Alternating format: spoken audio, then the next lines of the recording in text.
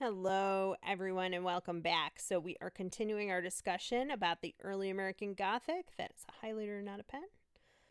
There we go. And Charles Brockden Brown. So, this is not about the second part of Wieland. This is just my second lecture in a very short series of lectures about this awesome book. I love this picture. It's so cheesy. It's so cheesy, but I think it's really a really cool depiction of the book, and kind of has those supernatural elements and some of the other things that are in here too, that we'll get into more later. So, 140 years, changing values and beliefs. I want to remind you that our driving question for this class is, how are these authors a part of the literary traditions that and literary movements of their time? How are they reacting to or against the literary movement that came before and the school of thought that came before? And how are they kind of looking forward toward the future? So this is William Bradford in 1651. He is the colonist. He was the governor at Plymouth. And he says, lastly, which was not least, a great hope and inward zeal they had of laying some good foundation, or at least to make some way thereunto, for propagating and advancing the gospel of the kingdom of Christ in those remote parts of the world. I'm just going to underline that part right there. Yea, though they should be even as stepping stones unto others for performing so great a work. So, this is the Puritan ideal of what writers should be doing. Now, he's marking down history in a way of possibly being a stepping stone to others so that they can help build upon what he's trying to build in Plymouth, right? As they were trying to do, advancing the gospel. Now, 140 years later, because sometimes we think of early American history kind of in one big clump, like, oh, people were very religious, or oh, women didn't have any rights. And that's just not, it wasn't all one big lump. Here is my creed. I believe in one God, creator of the universe, that he governs it by his providence, that he ought to be worshipped, that the most acceptable service we can render him is doing good to his other children, that the soul of man is immortal and will be treated with justice in another life, respecting its conduct in this. As for Jesus of Nazareth, I think the system of morals and religion, as he left them to us, the best the world ever saw, but I have some doubts to his divinity, though it is a question I do not dogmatism upon, having never studied it. And I think it is needless to busy myself with it now, where I expect soon an opportunity of knowing the truth with less trouble. And that was Benjamin Franklin, 1790. Now, I can tell you that if he had said that in the time of the Puritans, there would have been some trouble. Basically, they're not going completely during the age of Enlightenment. I think people think that they went completely against religion and threw that out. Some of them were closer to being irreligious, but here you can kind of see these different schools of thought. That William Bradford sees the kingdom of Christ as something that he needs to share with remote parts of the world, to do this great work to advance the gospel. Benjamin Franklin sees religion as, I believe that there's a God who created the universe. I don't really know if Christianity is the truth. I haven't really studied it. I'm not going to busy myself with it now. I have other things to think about. And I just want to show how these schools of thought have changed, because in the book, The book begins with someone who is quite religiously zealous and really more of this school of thought of William Bradford. Then we have this tension, and this is 1790, right? About the same time as the book was published, 1798. So then we have this other school of thought that's like, well, we should be moral, but I don't know if really this is as important as some of the other things that we're studying.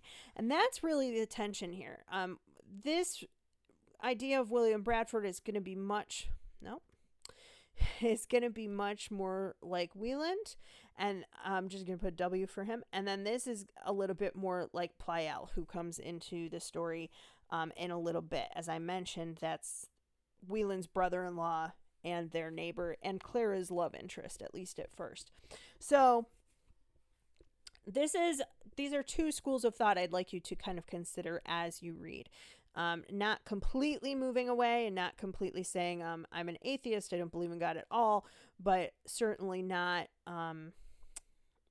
the same reasoning as William Bradford. So, guiding principles of the American Revolution. I'm not going to read every single one of these, don't worry. But I just want you to know a few of them. Individuals having free will. Individuals possessing and living by reason. Being governed by law. Seeking happiness and prosperity. So one of the things that happens in this text is that we look at these guiding principles of the American Revolution. Now it's been about 20 years. Most people are still, and we still today hold to these, right?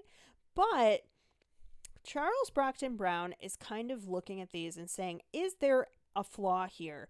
And is this American system that we've set up, is this going to be solid, or is it kind of shaky? Do I already see things that seem like they don't fit together?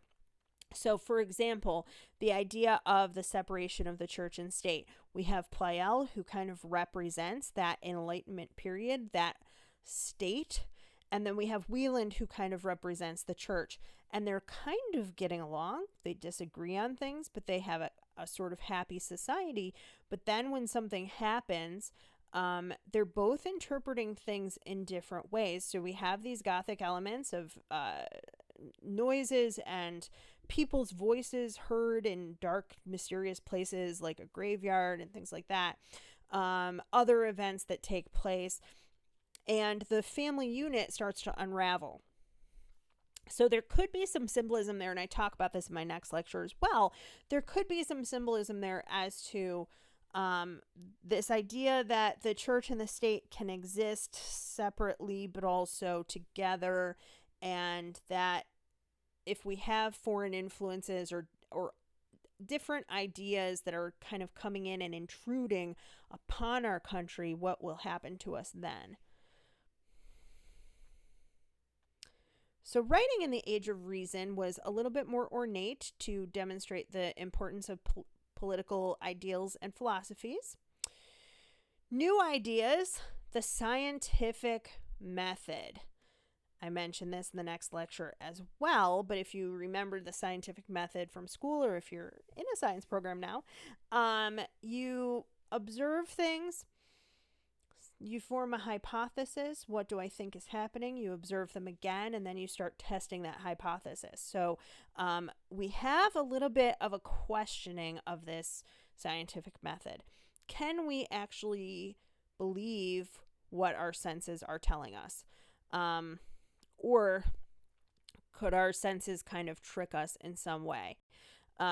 Here, we have Thomas Paine saying, "My mind is my church, common sense and the rights of man." Changes in the country, the growth of nationalism. This is definitely an American book. It's set in Pennsylvania, and we have American themes, right? And some of the themes of the Age of Reason are a call for social reform, the search for a new utopian society, a perfect political system, not just one based on religious principles or monarchies. Egalitarianism, social equality, and fairness. So we have in this book, Clara seems to have pretty much just about the same rights as her brother and her love interest. Certainly outside of this home, this domestic atmosphere, that would change. But for the most part, she's sharing thoughts and ideas. They're all playing music together. They're all having these debates. The constant search for self and the idea that we can be the perfectibility of a human being. So how is it possible to improve situations of birth, economy, society, government, and religion? So Charles Brockden Brown is writing kind of at the tail end of this, and he's also kind of pushing forward into the next age of writing, which was Romanticism and the romances. So the romances does not mean, the term is not the same way we think of it today, where we talk about a romance, we're talking about some kind of love story, right, between two people. But the romances really were a reaction against the rational writing of the early National and Enlightenment periods. So these stories really rely on emotion rather than reason. And they sort of say, okay, well, logic is only part of a person's humanity. You cannot discount the fact, and they wouldn't have said we're not robots, but that's what I'm going to say. We're not robots. You can't discount the fact that we have emotions. So the early colonial and Puritan writers, they're concerned with the spirit. The national writers are concerned with the intellect, and the romantic writers are concerned with the heart, right? The emotions. And romantic comedy. So some of the features of romantic literature: faraway or antique or fanciful settings. We don't have that. Well, we have that sort of here. We have an estate that becomes mysterious as we go along. Strong emotions, imaginative characters, improbable plots, and descriptions of nature and the supernatural. So certainly some of the elements here we have in this book. The supernatural, what is happening with these voices and the sounds? Is it ghosts? Is it God? Different people think it's different things. And other times we have, as I said, a little bit more of the idea of rational thought and reason and trying to test our senses. Certainly strong emotions. Clara is our narrator. She is a woman of intellect, but she also does have very strong emotions, especially her romance with a little r, her feelings of love for Pleyel, and then later her kind of confused feelings for Carwyn. So watch for her anxieties, because that's going to be a feature of this story. Pure romances are concerned with beauty. We're going to look at Walden later, right? So nature and beauty and how we can connect with nature and how that becomes part of our spirituality. Gothic romances are concerned with the grotesque. So the worst parts of the human soul is what that means. And if you think, I put in the read-alikes, right? Edgar Allan Poe, they're dominated by a sense of fear and terror. So Gothic novel really started years before this with British author Horace Walpole, and he published The Castle of Otranto in 1764. He applied the word Gothic to a novel in the subtitle. There we go. Gothic story. And when he used the word, it meant something like barbarous or deriving from the Middle Ages. He pretended that the story itself was an antique relic. So I found this, and it's a relic of an older age. But the novel basically tells a supernatural tale in which a gloomy prince, an irresistible maiden in distress, a castle with secret hidden passageways, twists and turns, and comes to supernatural life until the villain is defeated. And those are elements that I want you to keep in mind. Dr. Bernstein in her lectures talks about those as well. But the idea of a gloomy castle, or in this case, an estate with hidden secrets and people, secret passageways, or people hiding in small rooms or in closets, and the twists and turns, and there's is Clara a maiden in distress? Do we have a brooding figure or a mysterious figure who is trying possibly to seduce her? All of those things. So some of the things are there and some are not. And I'd like you to kind of think about where you see them. Imaginative setting, as I said, trapdoors, secret rooms, caves, atmosphere. The atmosphere and mood of this book is going to be, it starts off with a very confusing incident. Then we go into kind of a lighter part, and then we go back into this sense of gloom and horror, which kind of builds up. The mystery and suspense build up until a little bit almost to the end, and there is a shocking climax to the book. So foreshadowing, omens and visions and dreams. Dreams are going to play a big part in the book. Weather conveying the mood. Look for storms. Supernatural or inexplicable events, as I've kind of mentioned before. I love this picture of the Southern Gothic with this girl tearing her head. It's so cool. And of course, all at once. All right. Well, romance, powerful love, unrequited love, lovers parted, women in distress, isolation, strange families in strange places. Yes, isolation is a huge theme in this book I'm going to talk about next time. Power dynamics, physical, psychological, and sexual. Now, the other lecture you're going to hear talks about how it's not really a seduction novel because people are being seduced, but their minds are being seduced by these events that are going on, and also by the new people that they have encountered. There is, however, a seduction narrative within the book where someone tries to seduce Clara, and I'm not going to give away what happens if she falls like Charlotte Temple or not, but I want you to kind of think about that, and think about what the message might be there.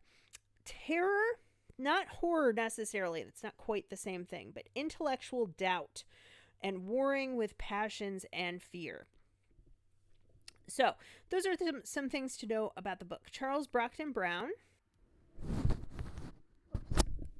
Okay, sorry, I jumped ahead a bit there. Okay, other cultural and historical influences. So I've been talking about these schools of thought. The Enlightenment looked beyond religion to answer life's questions and relied on philosophers and scientists, as I said. Most, like Ben Franklin's quote, didn't throw religion away, but they kind of attempted to add to it. The philosopher Descartes built upon Plato's theories that one should not trust the senses. So Descartes postulates that at times the senses can be fooled and that these can lead to false beliefs. This is going to be really central to understanding this book. How are people's senses fooled? I'm talk more about that next time. But just to kind of introduce this idea here, and again, this is the school of thought that Brockden Brown's kind of playing around with this. Oh, could somebody's senses be fooled? Or what if something happens that our senses can't really explain? If it's something supernatural, and we might need religion to understand it. Or if it isn't, but we can't really explain it away. That's Rousseau. So the philosopher Rousseau argued that all men were sovereign and that a government was only there by the goodwill of the men who agreed to allow it to exist. So people reigning and ruling themselves and their households. This doesn't just mean the government as a whole, but really that people could be in charge of their own places. A reaction against the Enlightenment's ornate political language and a search for meaning and logic by focusing on the supernatural and the emotional. So tensions for America After the war ended, the new nation plagued by factions within the country. Many believed that the new nation would never survive. So all of these are different thoughts influencing this book. As I think I mentioned before, some people read this as a political, as a book that has some political symbolism in it. So I talk about that later as well. External forces. So if these people at Mettingen are in Pennsylvania and they kind of represent America, think about external forces. France was particularly unstable. It was just a couple years after this book was published that the French Revolution happened. Other places in Europe were also unstable. Later on, Napoleon. As critic Zan Ethan states, Brown's melodrama provided a map for the fiction that followed, pinpointing New World tensions and terrors at a time when the Republic was still freshly formed. So stitched lightly on to the great American wilderness.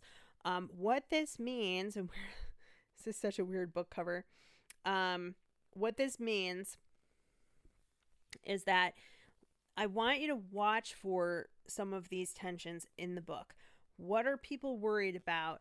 The book takes place actually in about 1750, 1760, so before the Revolutionary War. But the Republic still being freshly formed, it really reflects the newly formed United States a lot more. And these tensions, these things that Americans were worried about in this new country, in this new world, as they're becoming pioneers and pushing into the wilderness, and there are Native Americans they've never encountered before, and there are also wolves and, the terrors just of the landscape itself. The woods of Pennsylvania did not have roads running through them, right? So all of these things are what really make this an American book. All right, there is Charles Brockden Brown looking very handsome. Charles Brockden Brown was born to a Quaker merchant family, so kind of like a middle-class family who's Quaker, in Pennsylvania in 1771, just before the Revolutionary War.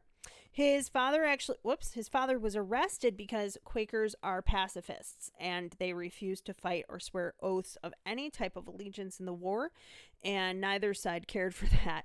Brown was really shaped by these cultural and intellectual ideas of the Enlightenment, which, as I mentioned, you can see in this book.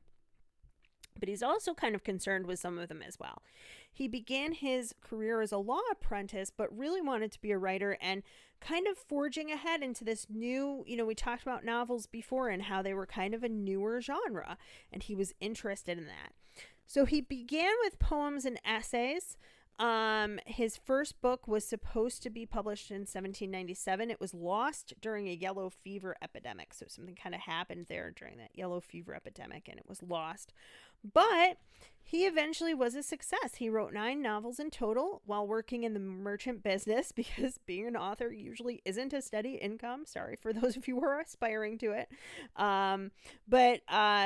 So he did both, and then he died, unfortunately, pretty early on from tuberculosis, or I think people might know more about him. I think if he had published a few more things, or if his work had been able to be studied during his lifetime, more people would know of his work. But I think that this is really interesting book, and I hope you like it. So things to look for: what the novel says about science, religion, and reason.